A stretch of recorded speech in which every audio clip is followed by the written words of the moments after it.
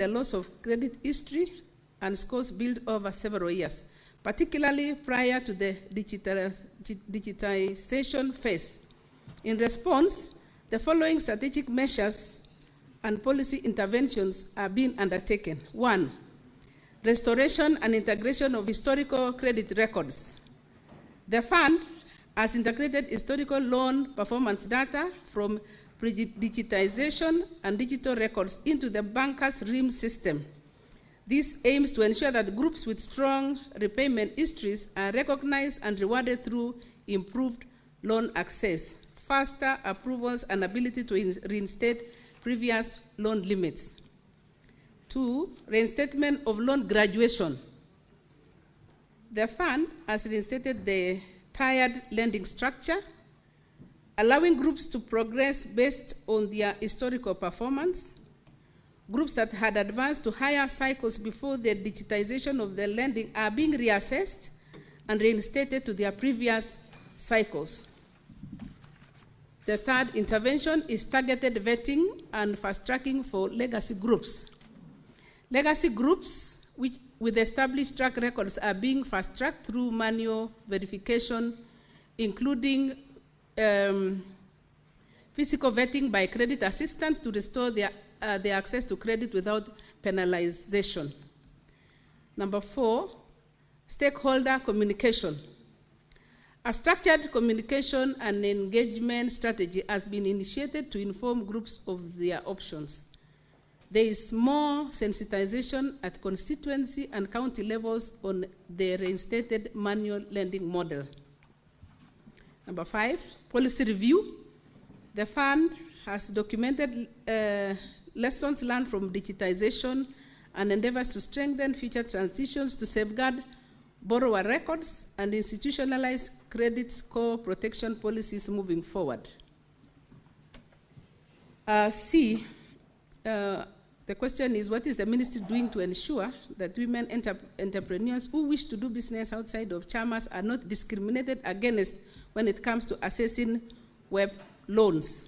Honorable Speaker, the fund is aware that not all women prefer or are able to operate within the group chama structures and is taking deliberate steps to expand financial inclusion by creating more flexible, individualized access products. The following measures are being implemented. 1, introduction of individual loan products. The ministry, through Women Enterprise Fund, has developed individual loan products tailored to meet the needs of women entrepreneurs who operate outside group chama models. These products will consider business registration or proof of income instead of group guarantees, scalable limits based on individual payment capacity, and customized training and financial literacy support. The products have been approved in the credit policy and will be rolled out progressively in the next financial year, subject to availability of funds. 2, policy framework to expand beyond group lending. The credit policy has been reviewed to diversify WEF's lending portfolio beyond the traditional group-based constituency women enterprise schemes model. This new framework will incorporate hybrid lending structures, including business loans, agricultural loans, and asset financing loans. The third intervention in that group, in that question, is capacity building for individual entrepreneurs. The fund is expanding its training programs to cover individual women business owners. These include modules on business management, record keeping, and loan application readiness, and transitioning from informal to formal entrepreneurship. Strategic partnership with financial institutions. Women Enterprise Fund is engaging banks, savings and credit organization circles to co-design individual credit products that are accessible, affordable, and scalable for women.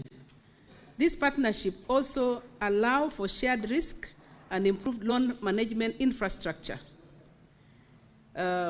5, stakeholder consultation and feedback mechanisms. Regular public participation forums and stakeholder engagement sessions are being held to understand the evolving needs of women entrepreneurs. Feedback is being used to inform the development of inclusive products. Honorable Speaker, the fund is committed to eliminating structural barriers to credit for all women, whether in groups or as individuals, by broadening its approach and product range.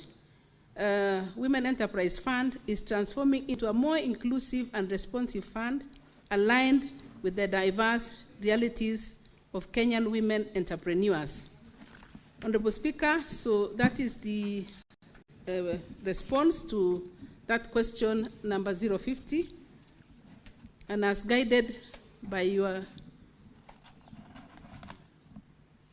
I'm now seeking your guidance whether we have answered question number 50. Yes. Yes. So, Honorable CS, you may take your seat. I will now allow Senator Muma to ask 2 supplementary questions. Thank you, Honorable Speaker, and thank you, Honorable CS, for the responses. Clearly, I think there is a lot that's happening around WEF that has potential, and I think we will be engaging a lot more in order for us to be able to advise women around this fund. My first supplementary question is hinged on the fact that economies are going digital, and I would want to know why the digitization exercise did not go well in regard to this particular fund. Secondly, I would like to know what is the highest amount lent and defaulted on, and by whom? Thank you. Honorable CS, you may proceed to respond.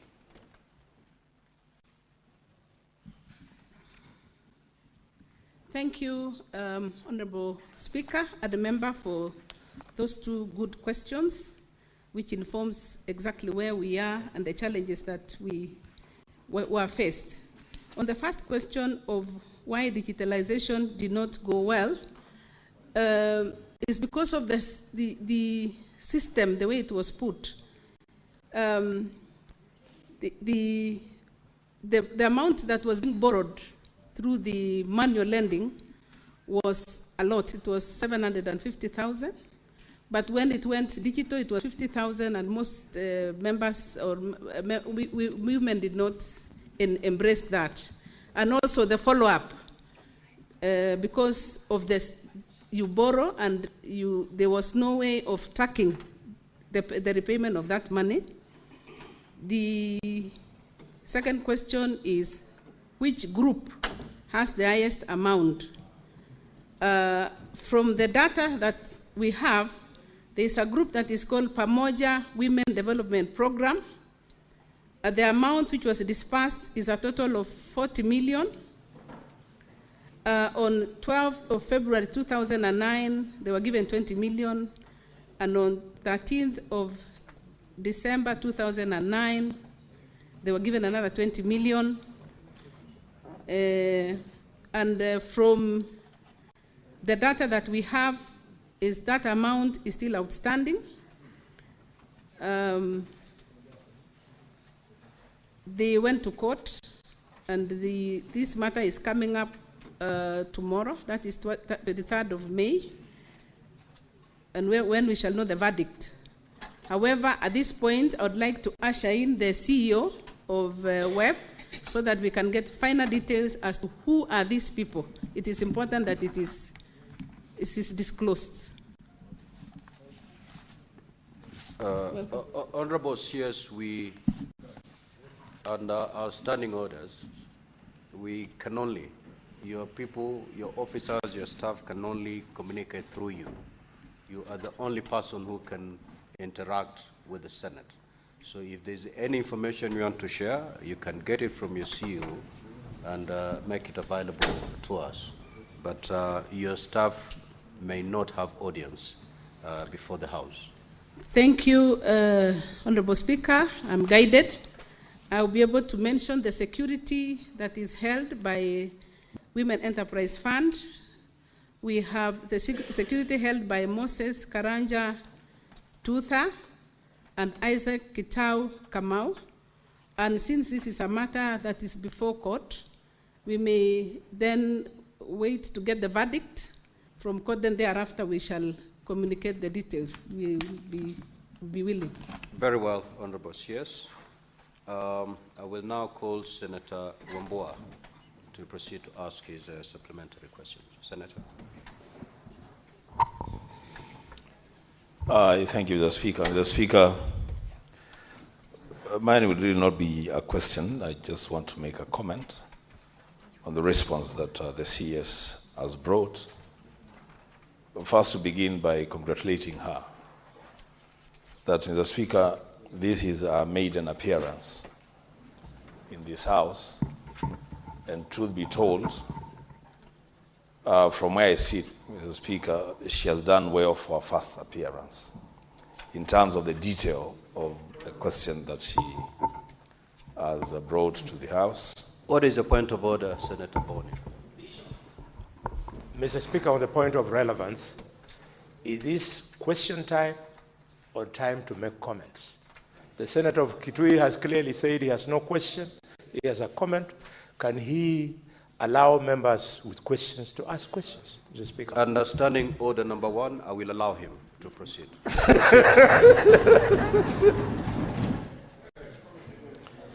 Thank you, Mr. Speaker. Mr. Speaker, what I do with my question time is my business. It's not the business of the Senator of Kakamega. As well, Mr. Speaker, I will proceed to make my comment that I have seen CSs who have appeared before us before, and they have been all over the page with all manner of explanations and no detail. This lady, I must say it, the Senator of Kakamega, she has done a good job. And especially given the situation that she finds herself in, she has done a good job. We are human. We must not behave like people who don't know our history. This lady is mourning her husband, who was your colleague. It is time to encourage her, and there will be opportunity, Senator Kakamega, to dig in and push. For now, it is to give her some strength and comfort that, Madam CS, you have done well. This house, this is the house where your husband used to sit. He was our colleague. And we want to tell you, continue in that spirit and be strengthened. I thank you, Mr. Speaker. The Senate Majority Leader. Mr. Speaker, I have a question to the Minister with regards to our answer on individual loan products to women. Women entrepreneurs, Mr. Speaker, face very serious challenges. And women have to overcome more barriers than us men in terms of access to opportunities. I have seen in the Minister's response that this individual loan product that she talked about has been approved by the Women Enterprise Fund Credit Policy Committee, which is a good step. She has further told the House, Mr. Speaker, in her response, that this product will now be available in the next financial year, subject to the availability of funds. It will be important for us to tell the House how much they have requested from the budget that is presently before the National Assembly, Mr. Speaker, for us to know. Secondly, apart from the work that they do at the national level, is there any intention to collaborate the efforts of Women Enterprise Fund and our county governments to capacity build for our counties to ensure that I see many counties try to run enterprise programs for young people and for women. Given that Women Enterprise Fund has been the model institution in the country, and they have learned over the years how to do this better. What is at stake in terms of planning collaboration with our county governments?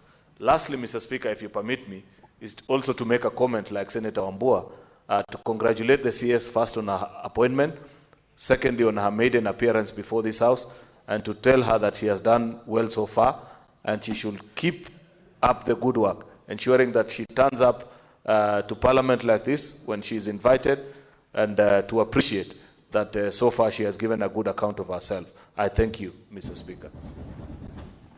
Now, Honorable CS, just note down those questions because you'll take some more from Honorable Senators. The Honorable Senator Kavindu.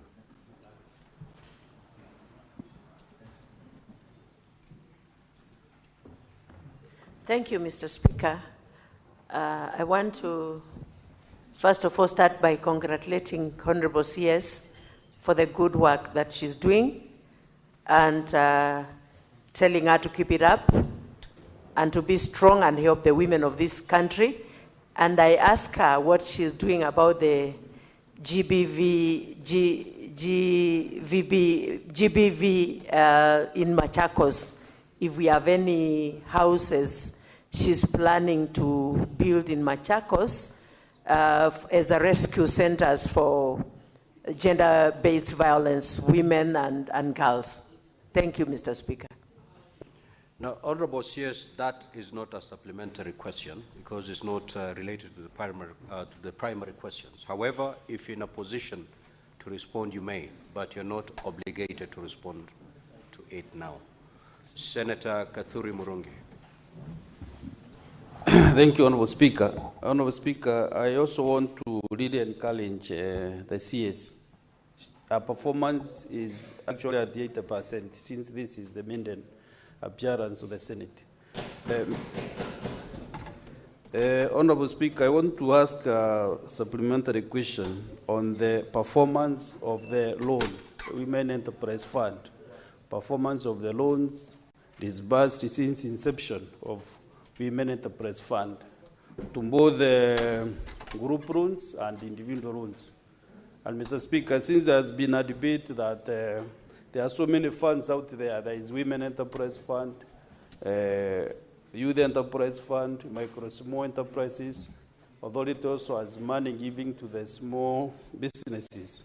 So whether the CS is comfortable, whether she supports corrupts of all these funds so that we can have one fund which is administered across bond, so that, Mr. Speaker, we don't have so many funds across the country or in government, or whether she supports the corrupts of all these funds. Thank you. Senator Karenyamu.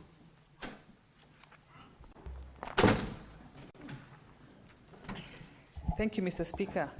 I just want to join my colleagues in congratulating the CS and tell her that her work is cut out for her. Of the women of Kenya, our expectations are very high on this docket, on her docket. We want her to think about her legacy and the impact this position is going to have on the women of Kenya, and to ignore the noise, because public work can attract a lot of noise, but we support you. And anytime you need us to help you with any legislative proposal you may have, we are here to support you. Thank you.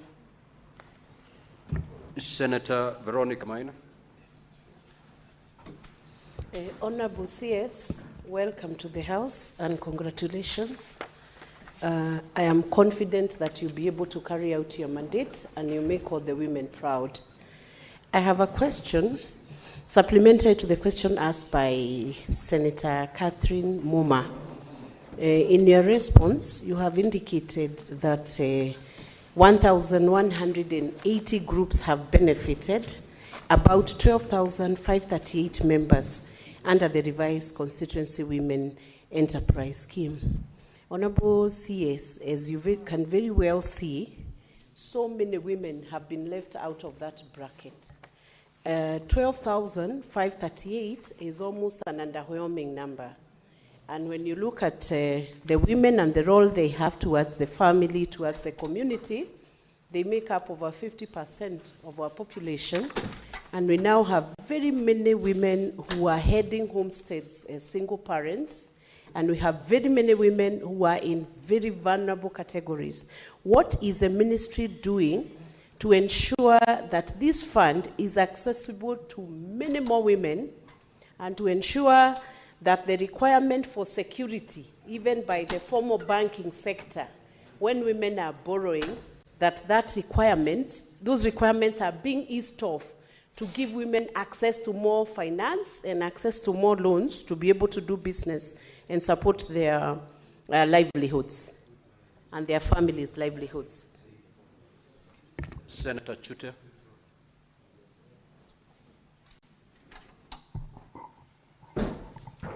Thank you very much, Honorable Speaker. Honorable Speaker, let me take this opportunity to thank the CS for appearing before the Senate today, and also congratulate her for her appointment. And I wanted to tell Madam CS, the seat I am sitting on today was being occupied by Senator Cheptumo earlier. And your response was very good. Somebody gave you 80%. I'm giving you 90%. I have only one question. Madam CS, we had women from Marsabit who are trained about 6 months ago, from 6 months ago up to maybe a year. And I want you to visit Marsabit, if possible, and see how we can help the women of Marsabit County. As you are aware, Marsabit County is one of the most poorest counties, among the most poor counties in this republic. Kindly, karibu sana to Marsabit. Thank you very much, Honorable Speaker. Senator George Mbugua. Thank you, Speaker. CS, I would like you to tell this House what specific interventions your ministry has done to help women with disability access these loans on the digitized platform, and how many groups for women with disabilities have benefited. Thank you. Senator Eddy.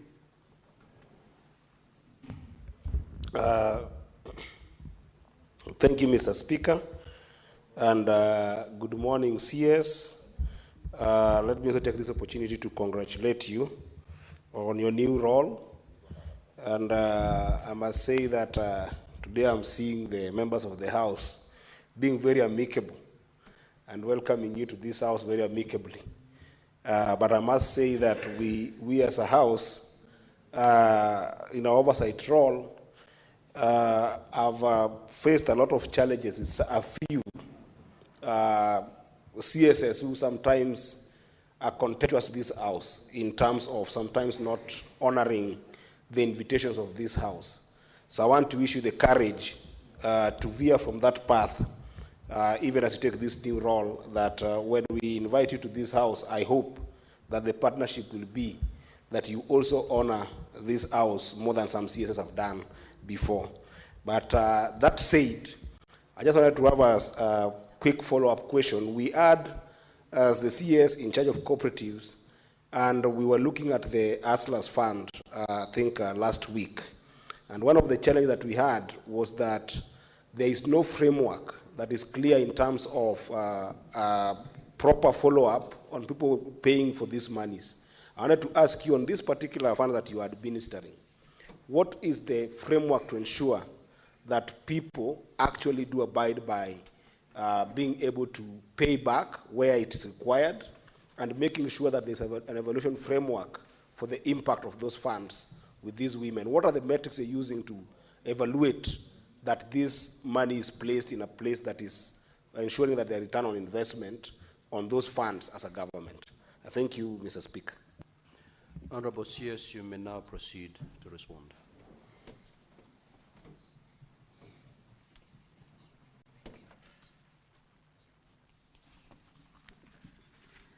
Thank you very much, Speaker Sir, for those questions. I'll attempt to answer. The answers that we'll not be able to give in full, we will commit. The first question was by the majority leader on how much we have requested through the budget, has been requested through the budget process, and the figure that we have is 4.5 billion. That is the amount. If approved and given, then it will be able to push this agenda. And the other issue is about the county collaboration. The web is trying as much as possible to deal and reach out to the county governments because that is where majority of Kenyan populace are, and we can work very well only if we merge our issues or work together with the counties. And from the data that we have, WEB is in collaboration with Nairobi County, Uasin Gishu County, and Kilifi County. And for the other counties, we are engaging more. They are engaging more together with our help as the ministry to ensure that all those counties are also reached. The other question was by Senator Kathuri, if I got the name properly, sorry if I didn't get. The performance of the fund since inception. Since inception, the amount of money that has been disbursed is 27 billion to over 136,000 groups.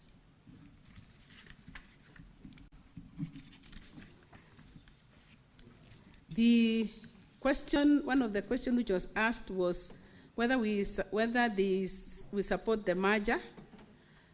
The challenge that is there with the merger is the specialized groups. Women, for example, have their special way of doing things. The other groups also have a special way. So if we merge without looking at the ripple effects, then most likely it will again go back to frustrating the efforts which have been made. And as one member said, these are the people, the women have issues and they have specialized way of meeting their needs. And therefore it would be important that we pilot first before we completely merge, because it may actually kill the original objective.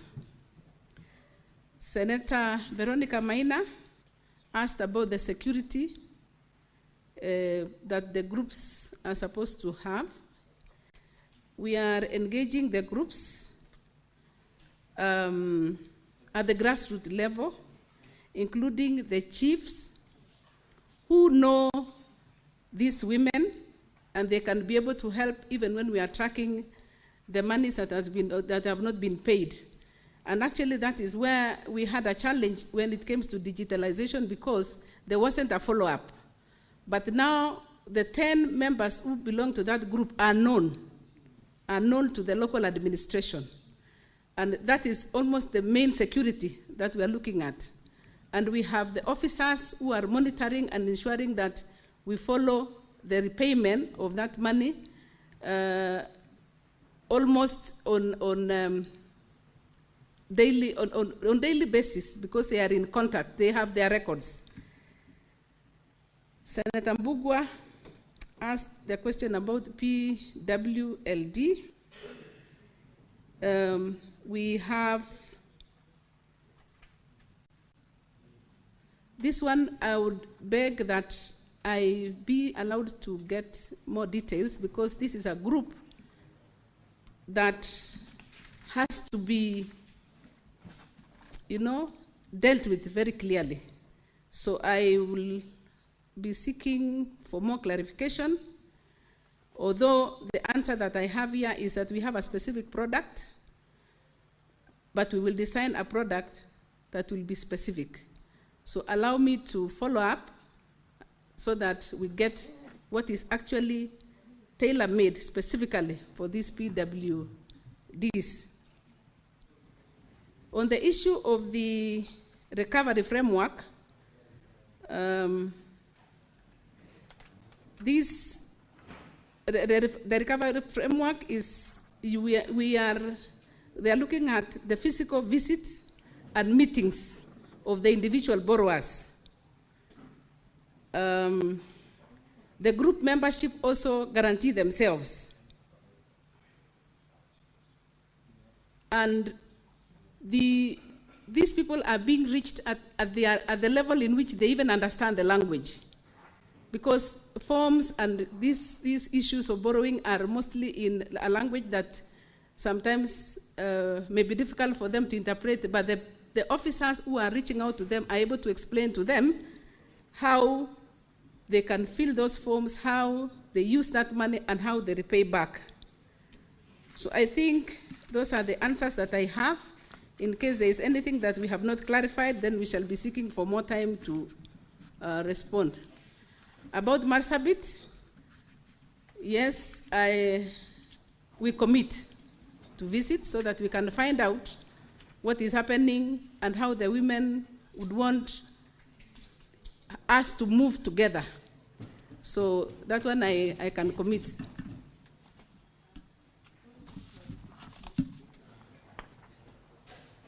Senator Mazayo, what is your issue, Senator Veronica, before Senator Mazayo takes to the floor? Maybe Honorable CS can take time and even bring the answer later. What the ministry is doing to make sure the fund is reaching many more women, especially seeing that those who have benefited here are very few.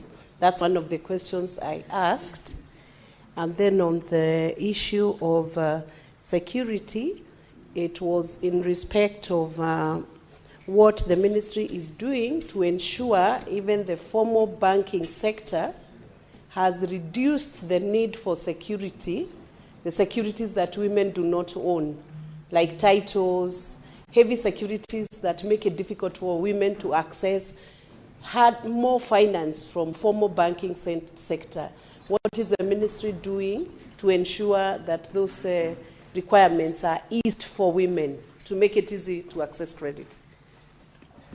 Honorable CS, we'll take a couple of questions before you take to the stand to respond. Senator for Kilifi, Senator Mazayo. Asante mstahiki Spika kwa kunipa nafasi hii. Swali langu kwa waziri ni, kwanza nataka kupatia kongole kwa kuchaguliwa na rais kama waziri wa mambo ya jinsia, utamaduni katika nchi yetu ya Kenya. Ninao matumaini ya kwamba utafanya kazi inavyotakikana na utaweka bendera ya mume wako kama vile ilivyokuwa hapa, akifanya kazi kwa bidii na juhudi kuona kwamba amesaidia watu wake wa huko nyumbani. Swala langu mimi ni, kama wizara yako iko na hesabu au data ambayo inaweza kuonyesha usaidizi wote wa akina mama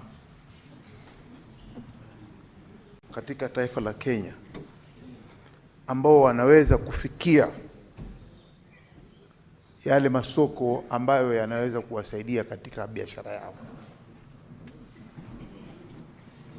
Asante. Asante. Senator Abbas. Thank you, Honorable Speaker. Honorable Speaker, I want to also join my colleagues to congratulate the CS and want to thank the President for recognition of her ability for appointing her as a CS.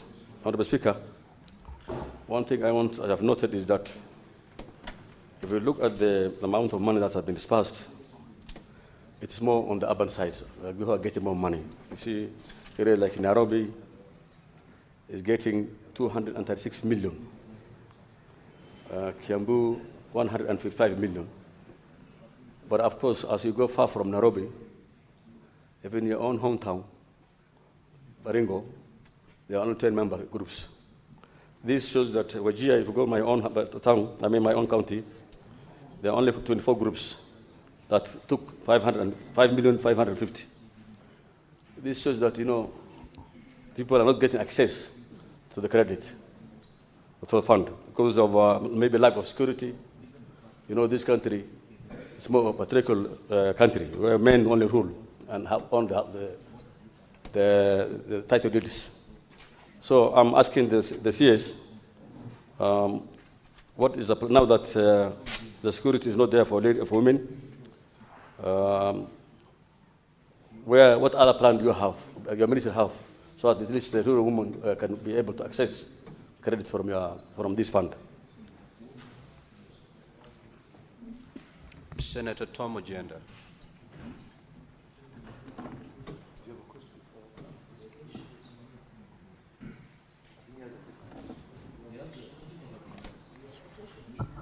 Yes, Mr. Speaker, I have a question. My question is question number 76. No. Senators, kindly be attentive as we move forward. Senator Kisang.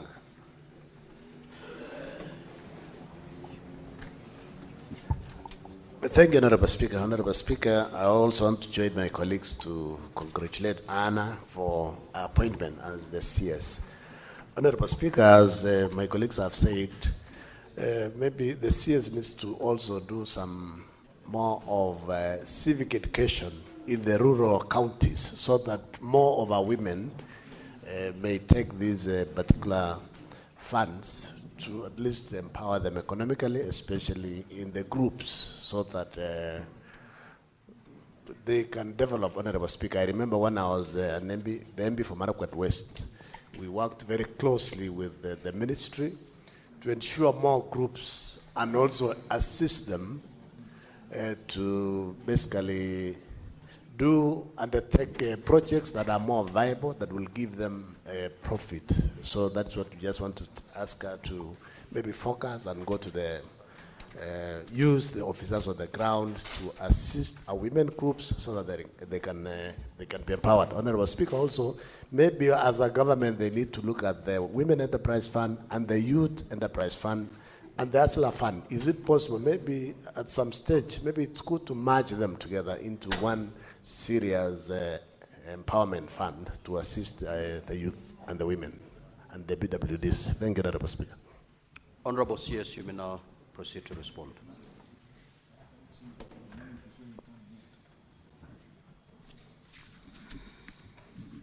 Mr. Speaker, thank you very much for again giving me a chance to clarify, especially on the questions that have been asked earlier.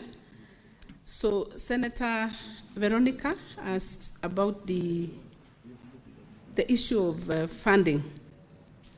To be able to reach many women, we require the funds.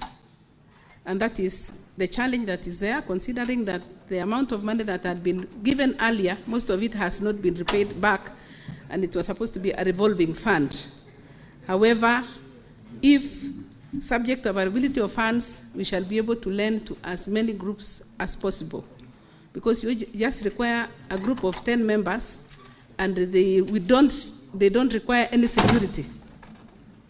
The security is the chiefs, and then the local leadership. These are people who know each other. So there is no security that is required. Senator Madzayo, we have a department of market linkages, and we are working to ensure that our women products reach the markets. And definitely, as a ministry, we are looking at an all-government approach. So it does, this Women Enterprise Fund is not working in isolation. We work with the other ministries to ensure that we make use of the already existing structures. Senator Abbas asked about the sensitization of the women. We have the fund operators who are on the ground sensitizing the women on how to access this credit. And we use all the same local administration to pass the information, because that is where these women are. So we work with them to ensure that they, in their normal meetings or in the local administration, women are sensitized on the need to borrow so that they can also access funds for purposes of running their businesses. There is also an introduction of Sharia-compliant product because of the Muslim culture. And you know them, they don't believe in interest, they believe in profits, if I'm not wrong. So we are trying to ensure that we capture all sectors. We are also intensifying information to ensure that we reach the women at the marginalized areas. So all these measures that are there is to ensure that everyone, even if it's using the vernacular stations, to ensure that they know what is happening. But mostly we have an all-government approach. We work with all the other sectors of the government to ensure that we make use of the platforms that we have to pass the information.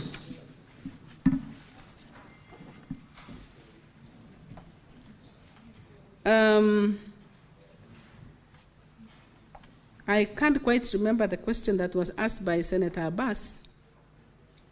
Senator Abbas, maybe you may repeat the question. But the rural areas don't have title deeds. Yes. And mostly in Kenya, actually women don't own many properties. They are more of a particular country. It's only men who own most of the titles. So is there any other way that we have, without security or any other measures that can be used for the women to access the fund without any title deed? Thank you. Thank you, Senator. I think that is a question that then I will just re-emphasize that the Women Enterprise Fund, we don't ask for security. Security is just a local administration and their own groups because they know each other. And the officers who are there to ensure that they monitor and they remind them. Sometimes it is not that they don't want to pay. It is because monitoring. That is why digital could not work. But this one for borrowing one-on-one is what is helping because we have their data and their forms. Senator Saf? No, Senator Kisang. Sorry, Senator, it is somebody else who wrote. I know your name properly. Civic education is what is very key. The women have to be reminded every time that this is a facility that belongs to all women. It is not for a special category of people.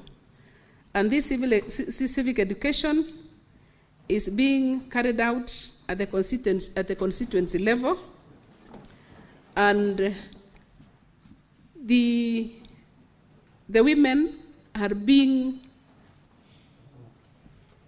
advised, or rather they are being educated through their forums, even in churches where they are meeting, to be told that this is a facility that is there and it is available to anyone as long as you meet the minimum requirement of being at least 10 members.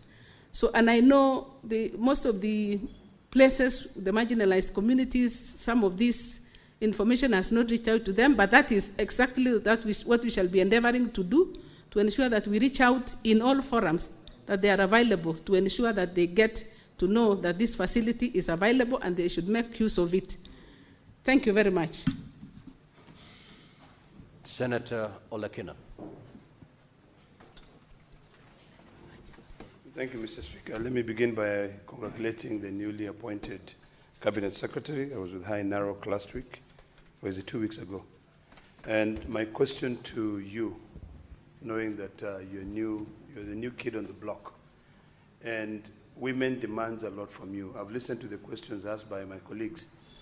On this issue of women being able to borrow money, access to that money, are you in a position to devolve? Because I'm imagining of a woman in Baringo or a woman in Narok County in Mosiru who cannot be able to access through the phone, who also is not able to come to Nairobi. How is that woman going to know that there is money that she can be able to apply, either individually or through a group? Thank you, Mr. Speaker. Honorable CS, you may proceed to respond.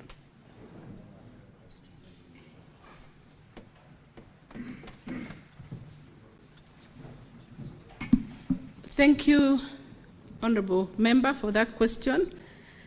If you remember in my answer, initially we said this issue of digital borrowing has been almost vacated because it is not every woman has a phone. Not everybody has a phone, by the way. So we are reverting back to manual borrowing, and that requires personnel to ensure that they go educating the members, or rather the women, on the availability of this fund. So we are using the constituency.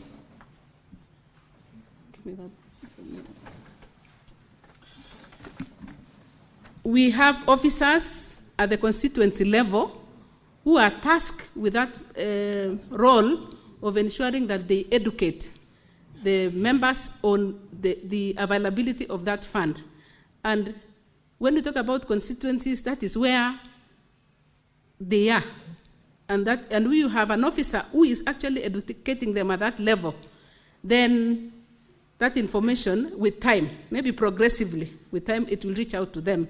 And we shall also be making a follow-up to ensure that we don't just speak, but we ensure that we also get the reports from the constituency level on how many people, how much publicity has been made to our clients then.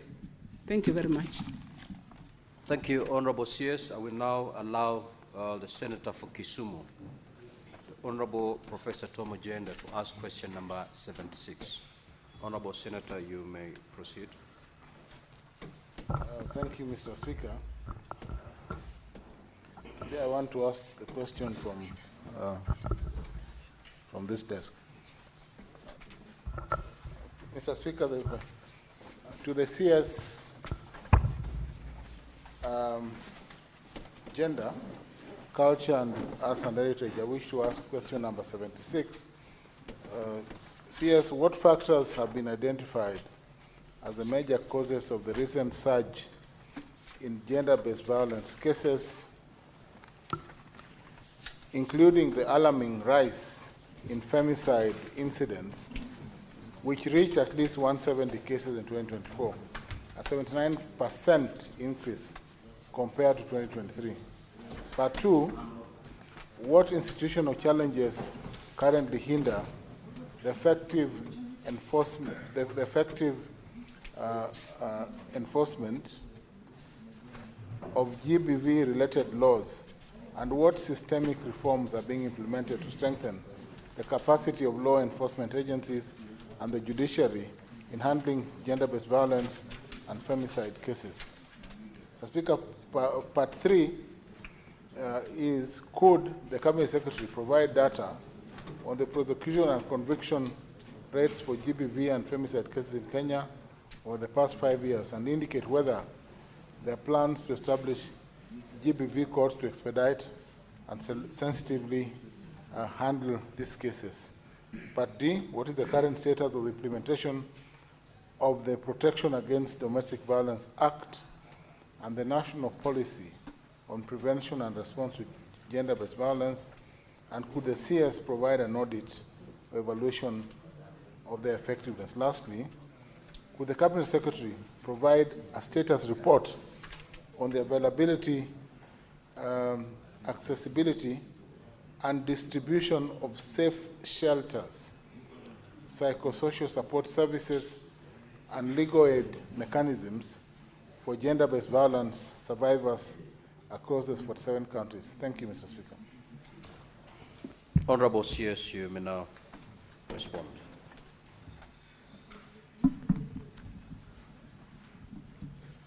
Thank you, Honorable Speaker and member, for that question. Honorable Speaker, the recent surge in gender-based violence and femicide in Kenya has escalated into a national crisis, prompting urgent calls for comprehensive action.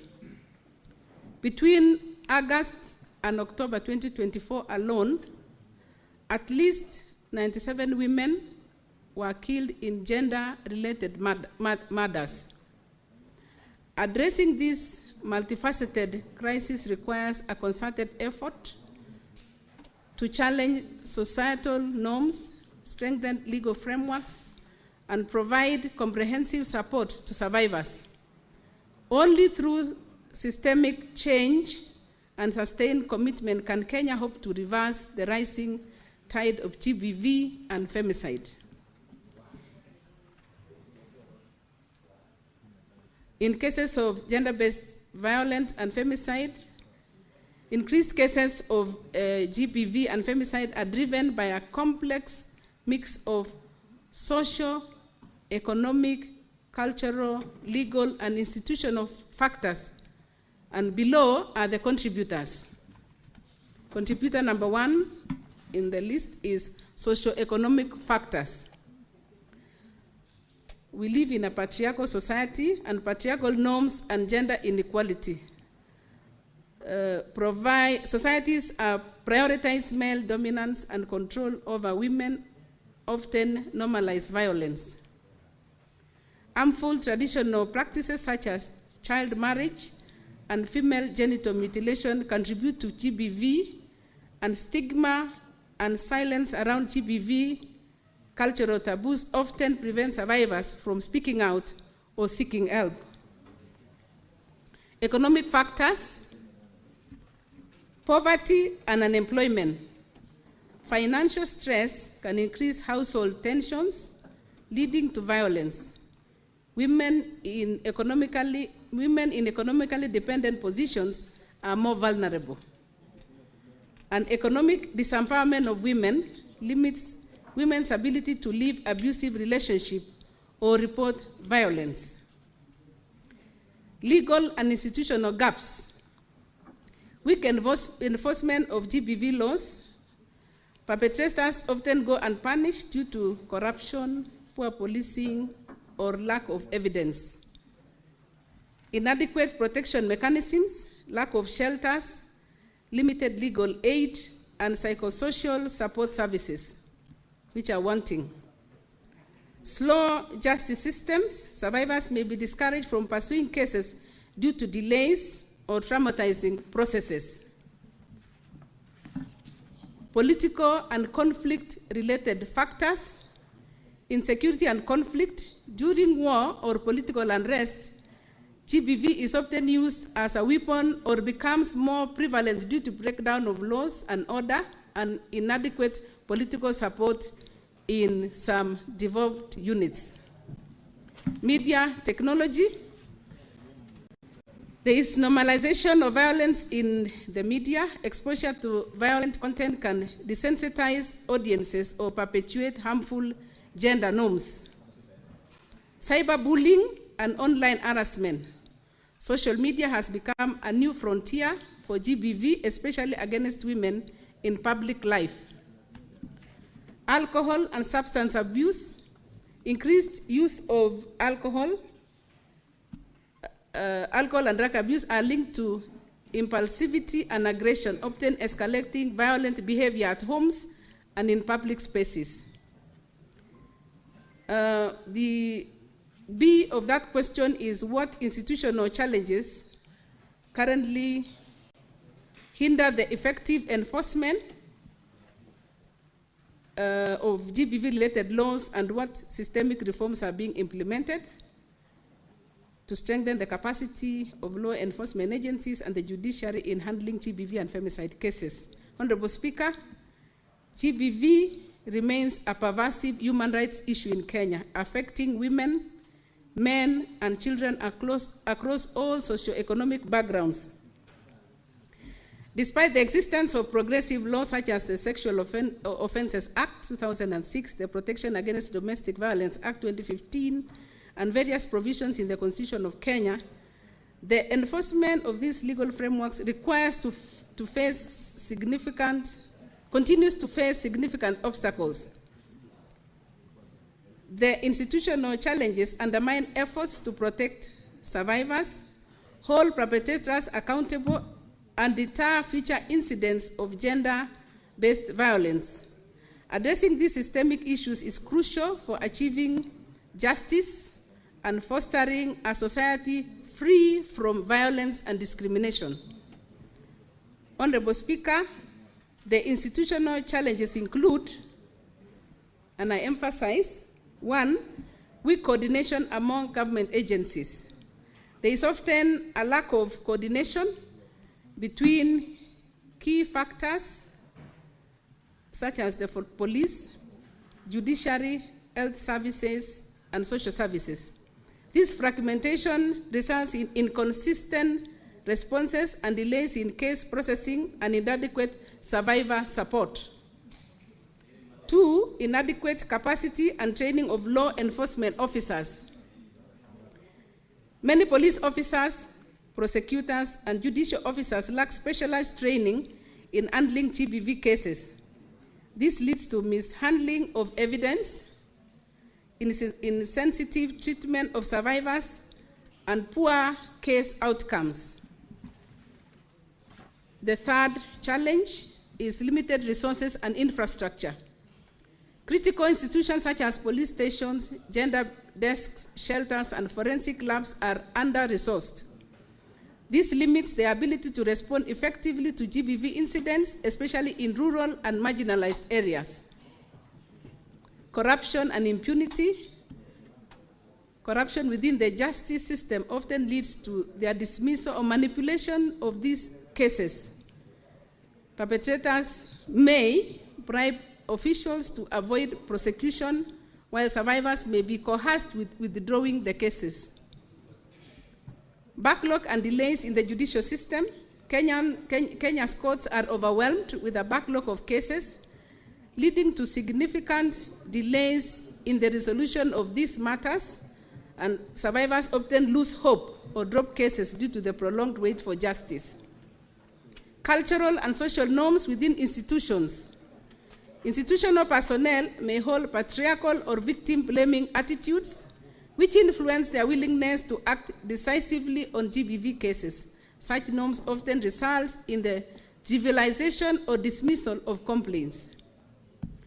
Poor data management and case tracking. There is no comprehensive centralized system for collecting and managing GBV data across institutions. This hampers evidence-based policymaking and the monitoring of enforcement effectiveness. Inadequate survivor-centered approaches. Many institutions do not prioritize the safety, dignity, and confidentiality of GBV survivors. This deters survivors from reporting and engaging with formal systems. Honorable Speaker, my ministry, in collaboration with key stakeholders, is undertaking significant systemic reforms to enhance the capacity of law enforcement agencies and the judiciary in handling femicide cases. These efforts aim to address systemic challenges and ensure justice for survivors. The establishment of specialized gender-based violence courts. In 2023, the Kenyan judiciary launched at least 5 specialized sexual and gender-based violence special courts in regions including Shanzu, Siaya, Kisumu, Kibera, and Makadara. These courts are designed to expedite GBV cases, reduce case backlogs, and provide survivor-centered justice. Currently, Kenya has 12 specialized courts for victims of GBV. Formation of a presidential working group on femicide. In December 2024, the Kenyan cabinet approved the formation of a multi-sectoral presidential working group tasked with developing a comprehensive approach to address the increasing GBV cases, including femicide. This group, comprising religious leaders, parents, schools, security agencies, and civil society organizations, is mandated to identify legal and enforcement gaps and deliver actionable recommendations within 90 days. Specialized units within the Office of the Director of Public Prosecutions, ODPP. The ODPP has established specialized units focusing on SGBV, counter trafficking in persons, and child protection. These units are staffed with trained prosecutors who handle cases with trauma-informed approach, ensuring effective prosecution and victim support. Number 4, standard operating procedures for GBV case handling. In July 2024, the Kwale Court Users Committee unveiled the first ever SOP manual to streamline the reporting and handling of SGBV cases. The manual outlines procedures for proper reporting, meticulous evidence recording, and effective prosecution, aiming to ensure victims receive prompt and effective justice. Police reforms and capacity building. The National Police Service has recommended several reforms, including digitalization of P3 forms and post-rape forms, integration of GBV information management system, and establishment of specialized GBV response units at all police stations. These measures aim to enhance the efficiency and professionalism of police responses to GBV measures to GBV cases.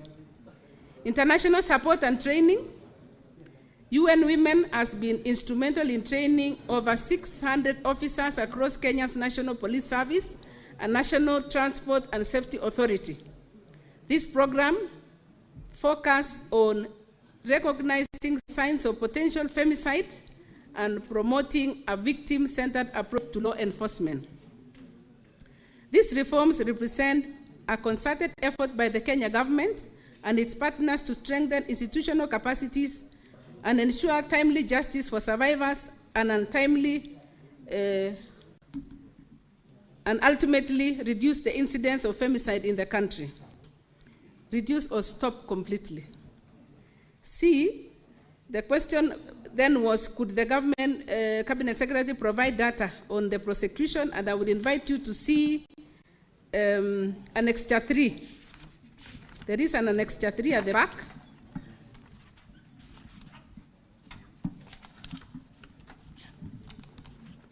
Annexure 3 provides a summary of femicide data in Kenya, and the source, honorable member, of this data is the Ministry of Interior and Administration.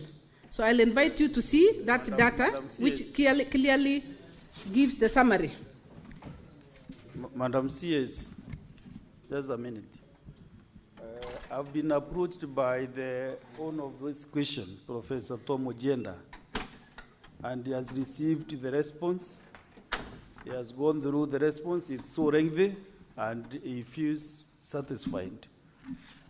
So I wanted us to save time because the senior counsel is up, a senator for Kisumu. It's the property of those, but first of all, if the member is satisfied, and if you have supplementary question, because you know the reason why this document is circulated is for the senators to engage with this document. So, yes, Senator Tom Ojenda, just have a seat, I do some. Unlike my Senator Chirargei, I'm a gender-based violence expert, and I'm happy with the response. I read a lot. So I read a response, and I'm satisfied that CS Cheptumo has done a comprehensive response to the question, and I'm happy. Unlike Mr. Chirargei here, who rarely reads. Senator Chelagei. No, Senator, just a minute, Senator Chelagei. You know this behavior of exchanging between the hierarchies. Personally, I would never accept that. While presiding in this house, I will never accept those exchanges. So you finish, you should wait for him to finish, the senator for Kisumu, and then you can also make your point of order or whatever else you wanted to say. Because we have actually interrupted him, whatever he was saying. So Senator Tom Ojenda, did you conclude? Okay. What is it? What is it, Senator Chalagay? Mr. Speaker, is it in order, understanding order 101 on contents of speeches, for Senator Professor Tom Ojenda to allude that I don't read, Mr. Speaker? I have written even books, Mr. Speaker. He is the one who used to force us in class to read his own book. And I read his book from cover to cover on principles of conveyancing, Mr. Speaker. Is it in order he should withdraw and apologize?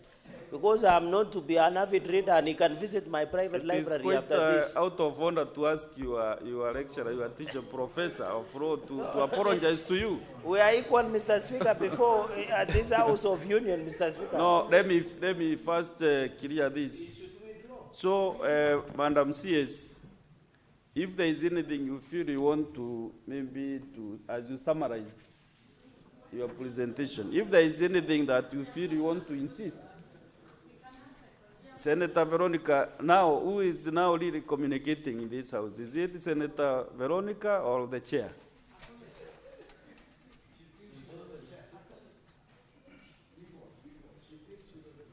So, Madam CS, if there is anything that you want to comment as you summarize, then we ask a few supplementary questions, then we create more time for other business.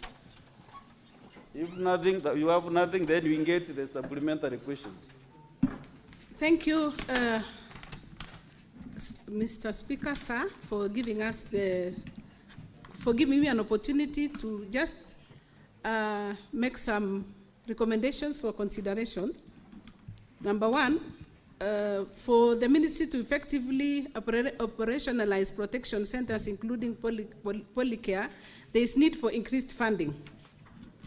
Currently, the protection of against domestic violence is in progress, spearheaded by Kenya Law Reform, supported by Attorney General's Office. So we are seeking for consideration to be passed as an act of parliament once it has gone through the entire processes.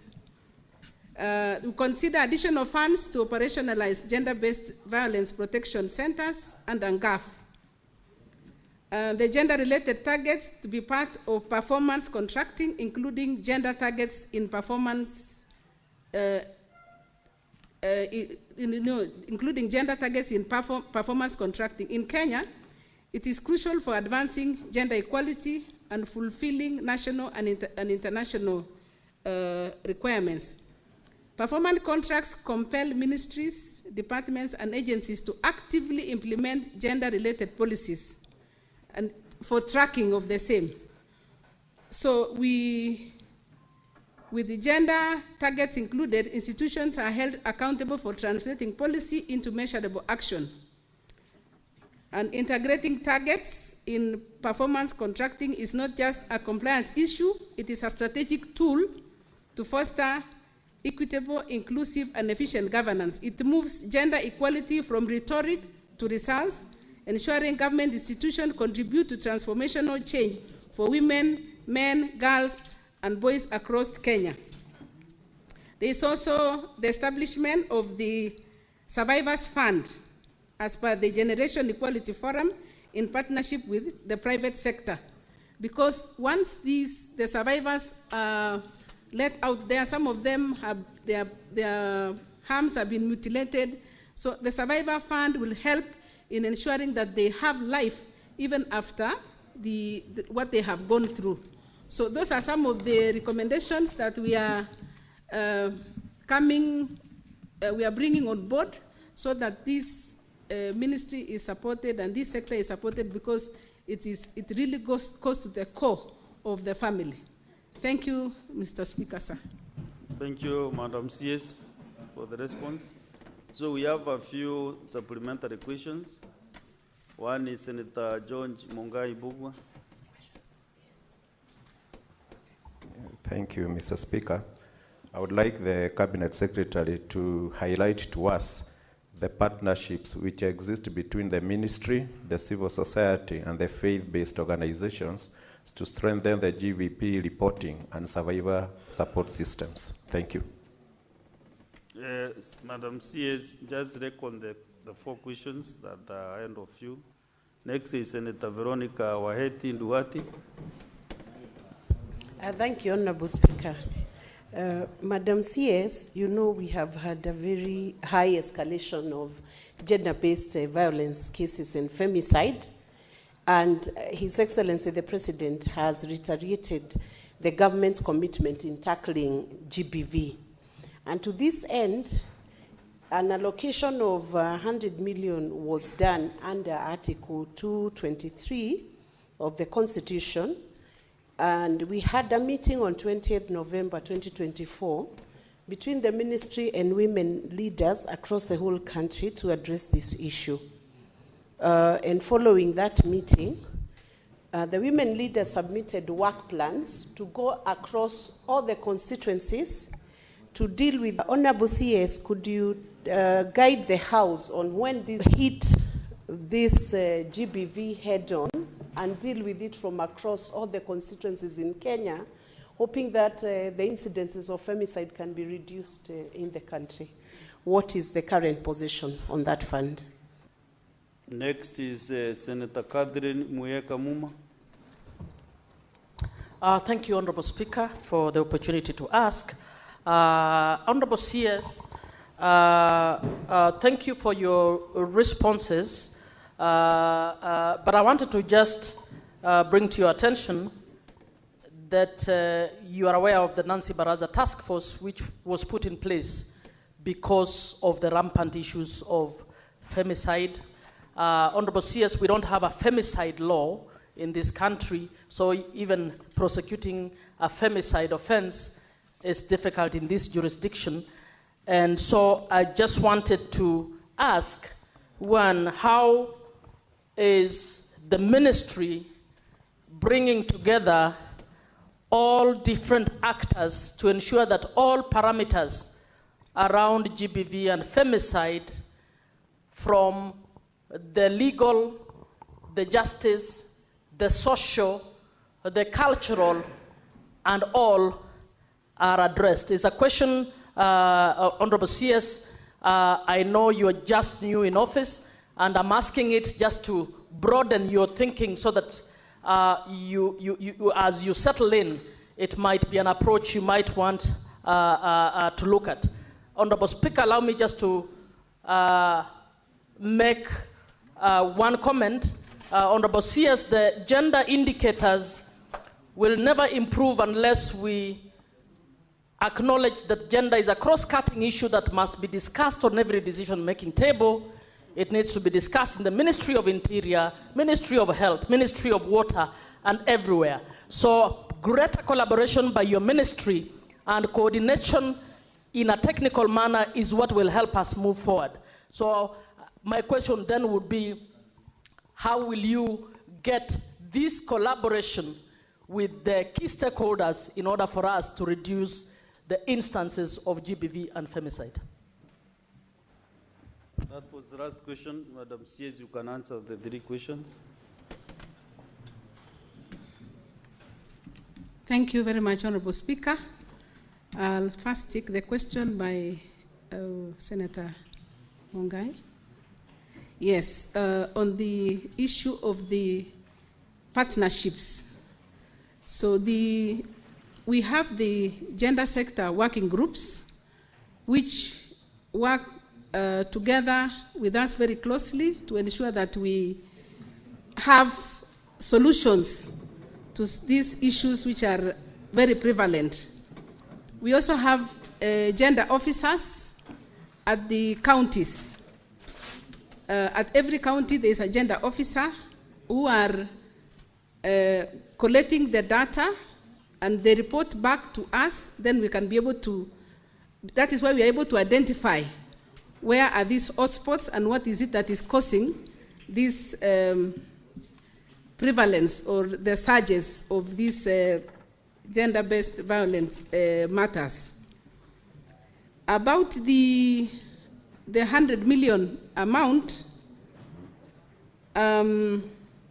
this is a matter that we would need to seek clarification or to make a follow-up on how it should, or when it should be disbursed, so that it can go for the purpose for which it was meant. So you allow us to follow up and then be able to report back or ensure that it is disbursed. We don't have to wait until we come back here. If we can have it rolled down, then the better. That is one of the things that I'll be following up on, and I'm aware about it. On the issue, Professor Muma, about the task force, the task force is still collecting the information, and once they come up with the report, we shall be able to receive and implement as fast as possible, because this is a task force that is going around the country and they are receiving information as to why all of a sudden these femicide cases are on the rise. The femicide law, as we speak, is not a law in itself. It is in the penal code, and it is being considered as murder. So let's wait and see what comes out of the data, and then we'll be able to work together with all the groups, the judiciary, and all the groups. We shall be able to see the recommendation and ensure that these femicide cases come to an end. Again, on the issue of the gender indicators and the collaboration by all the sectors, this is something that we have to really go out of our way, because gender is in every sector. Gender is in agriculture, gender is in all departments, in all ministries. So as the lead ministry, we shall be reaching out to all the sectors to ensure that the gender issue is addressed at every level, so that it is not left to just a unit, it's not left to just a ministry. It is supposed to be cross-cutting, so that we can be able to reach as many people as possible and be able to finish this thing that is actually becoming a snare in our country. Thank you, Mr. Speaker, sir. Madam CS, I want to really appreciate you coming to the Senate, and you have handled the questions from the senators. So if there are any commitments of made, you'll be able to communicate through the relevant committee or the clerk of the Senate to answer those issues that you are not able to expressly be able to answer. So I want to thank you very much. I want to release you now to go and serve Kenyans. That is the end of the session. Members are happy with your response, and we have finished that session. Unless if you want to sit around, I can see you are really enjoying the Senate. If you want to sit around, you can sit and wait. No, maybe just to say thank you very much for listening to me. Yes, it is true, it was my first time, but thank you very much for the contributions. We will definitely work on the recommendations which have been made. And of course, you know you are senator by default. Definitely. Thank you very much. Yes. So thank you very much indeed. So clerk, go to the next order.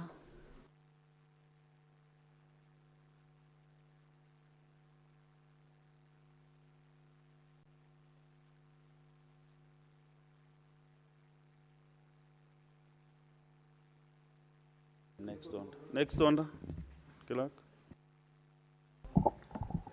Order number 8, the Division of Revenue Bill, National Assembly Bills number 10 of 2025, second reading.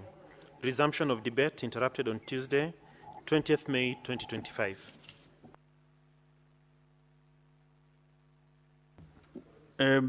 When the business was interrupted yesterday, Senator Gondi Friososi had a balance of 10 minutes. And if he is not around, then he will forfeit that privilege to spend his 10 minutes. So we go to the next. Online is Senator Chalagay Samson.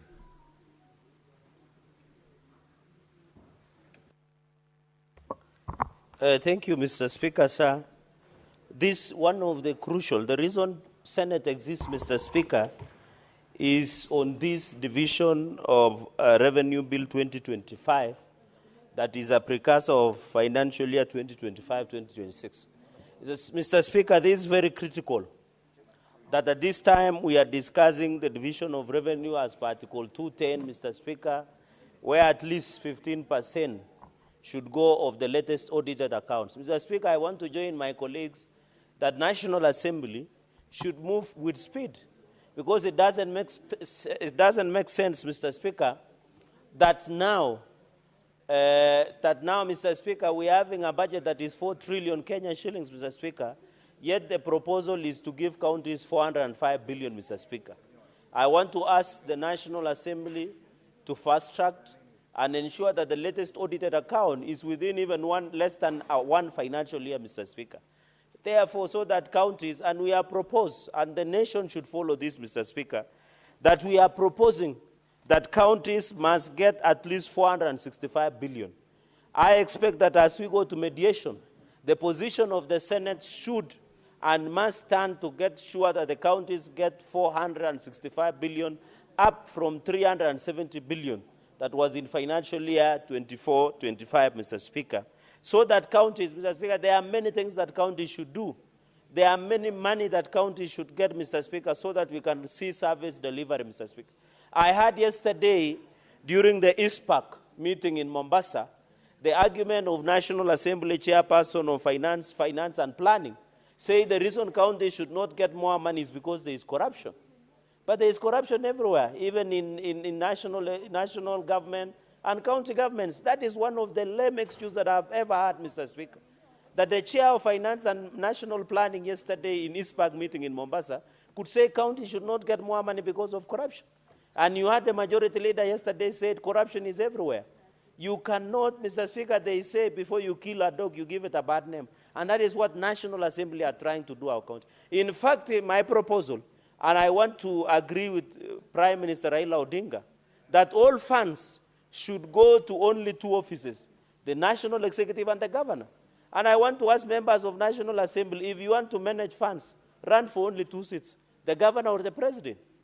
The Constitution is very clear, Article 94 and 96, that the work of Parliament is legislation, oversight, budget-making process, representation. And there is wisdom why the 2010 Constitution ensure that Parliament should do that job, because you cannot oversight yourself. As they say in Kiswahili, and quote unquote, Mr. Speaker, muganga ajigangi. And that is the essence, that the National Assembly should oversight National Executive, the Senate and the County Assembly should oversight the governors, Mr. Speaker. So I don't see any reason, Mr. Speaker, that National Assembly is arguing that since there is corruption in counties, but we have ethics and anti-corruption. You have seen the governor of Trans Nzoia has been arrested and arraigned before court of law. You saw the other day that the former governor of Busia was taken to anti-corruption case of 8 million Kenyan shillings, Mr. Speaker. We have a number of governors that are facing corruption allegation cases in court that are being prosecuted by DPP and EACC. We cannot allow, Mr. Speaker, that somebody wants to kill devolution so that they can have the money at the center. In fact, my prayer, Mr. Speaker, is going into the future, Mr. Speaker, that we must agree that let us devolve so much money and resources to counties until no one cares who is the president of Kenya. That is my dream. Say that when you are in Meru, your people are satisfied and you have your resources at Meru County, you divide. When you are in Garissa, Mr. Speaker, and I was disappointed, Mr. Speaker, over the weekend, that the county government of Garissa, led by a governor, decided to do a cultural festivals, yet the city does not have water or even clean toilet, Mr. Speaker. So it's very unfortunate, Mr. Speaker, that even, Mr. Speaker, even like they have not even completed a called Baraki Malamin 56-kilometer of water that connects the town that was worth, Mr. Speaker, 219 million. But they are doing cultural festival in Garissa, Mr. Speaker. In fact, Garissa County I have 17 projects that I've stalled that amount to 504 million that are yet to be complete, but they have money, which were millions of shillings that they can do cultural events in Garissa County, Mr. Speaker. They should be called out. Those are the people who are giving a bad name devolution, Mr. Speaker. Those are, in fact, they purchase food worth 34 million to flood victims in Garissa, Mr. Speaker. But that money should be used in a fair and transparent manner so that we see value, Mr. Speaker. Even when we were fixing Meru, Mr. Speaker, by removing the former governor, was to bring order and sanity. So I want to call out governors who give it a bad name, devolution. That is why devolution wants to be killed by individuals, Mr. Speaker. And therefore, Mr. Speaker, we must agree that as a nation, we must agree that money should go to counties to ensure there is value for money, Mr. Speaker. Number two, Mr. Speaker, I have seen that counties from March, April, Mr. Speaker, equitable shareable revenue has not been dispersed. 74.98 billion is yet to be dispersed. Mr. Speaker, under Article 219, and the CS of National Treasury should be aware of this, that Article 219 says when the money has been dispersed, it should be dispersed without undue delay under Article 219 until and unless stopped under Article 225, Mr. Speaker. That is when the Constitution envisages that money should not be sent to a county when it has been stopped under 225 of the Constitution of the Republic of Kenya, Mr. Speaker. The violation of Article 219, and I remember we didn't sanction the former minister, Ukuri Yatani, over delay of disbursement to counties, Mr. Speaker. Let the National Treasury, I'm happy, Mr. Speaker, and I want to congratulate them, that they have released the school capitation of over around 22 billion capitation fees for second term to schools. But they must release 74.98 billion to counties that from February, March, and April, Mr. Speaker, so that the functions within counties can be pursued seamlessly, Mr. Speaker. And therefore, apart from corruption and prudent expenditure by counties, Mr. Speaker, we must agree as a nation, and I would have expected an opposition as the Senate, and I hope as we go to mediation and members of finance and budget are here, we must agree, Mr. Speaker, that our position as the Senate, we must push for 465 billion Kenyan shillings, Mr. Speaker. Number four, Mr. Speaker, is on concurrent functions. Mr. Speaker, we need to have clarity on community health programs, CHVs, Mr. Speaker. Because when you move under our county, CHVs have not been paid, Mr. Speaker. There is another, Mr. Speaker, the issue of UHC, universal health coverage. Mr. Speaker, I hope you have seen whenever you are driving into Parliament, the UHC staff are always demonstrating, Mr. Speaker. You have even directed from your seat that we receive their petition, Mr. Speaker. These are the people when soldiers were hiding in barracks, when big men and women wielding power are hiding because of COVID. It is only these heroines and heroes of Kenya that confronted the fight against COVID-19, Mr. Speaker. It is sad today that the country does not see value of UHC staff, Mr. Speaker. And even Council of Governors, the other day they say they don't have a budget, Mr. Speaker. They were arguing that they gave us a pet to take it home, but it turned into a skunk, Mr. Speaker. Or they gave us a skunk to take it home and turn it into a pet, Mr. Speaker.